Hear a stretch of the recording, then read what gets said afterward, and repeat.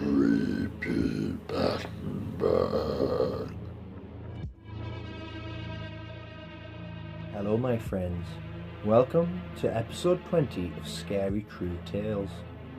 Would you ever stay a night in a haunted house? For tonight's story, the person in it actually lived in one.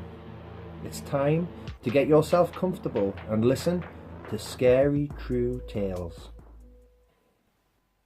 Some years ago, I moved into a house in Northumberland with my ex-partner. It was a very large 18th century house just outside of a small town. Being old, it struck me as very atmospheric. She told me a story of when she saw something horrifying one night. In the kitchen, which looked onto the common with some small woods, there was this big refrigerator, the type that poured ice and water.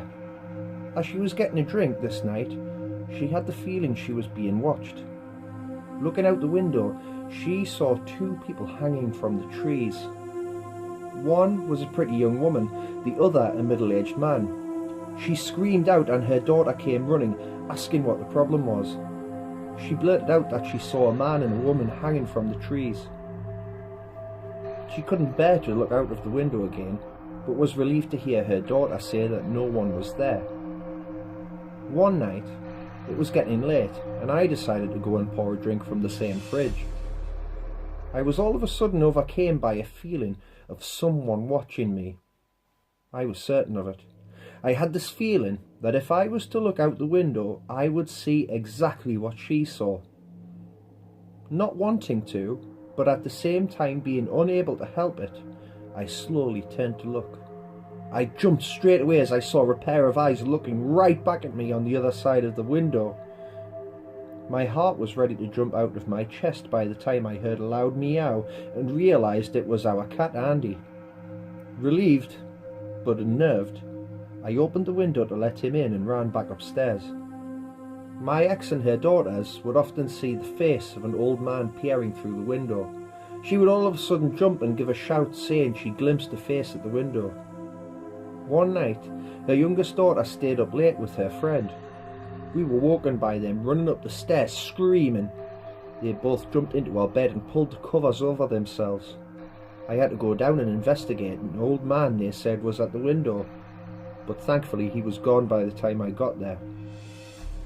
Now there was one room in particular in the house that seemed prone to all sorts of activity.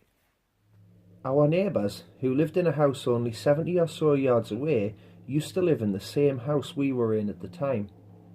They said that their son was actually thrown out of his bed in there on several occasions and would often end up sleeping in their room with them. I heard from the people who lived in the house after us that they had had some guests over who slept in that room. They described a horrible feeling in there, as if something was threatening them. One of my ex's daughters slept in that room when she wasn't at her boyfriend's house. She had this hi-fi that she would listen to when she was getting ready. One Saturday afternoon, we were sitting with a cup of coffee watching TV when it just started blasting out dance music at excessive volume.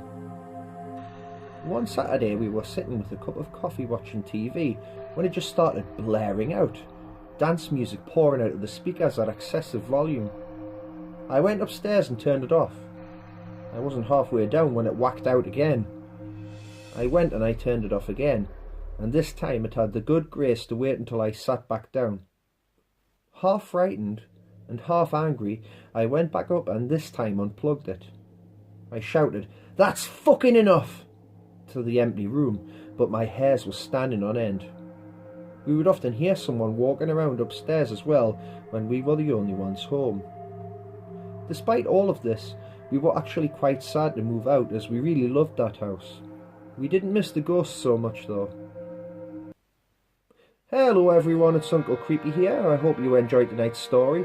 If you did, please remember to give this video a thumbs up and subscribe for more. Until next time, this is Creepy Battenberg.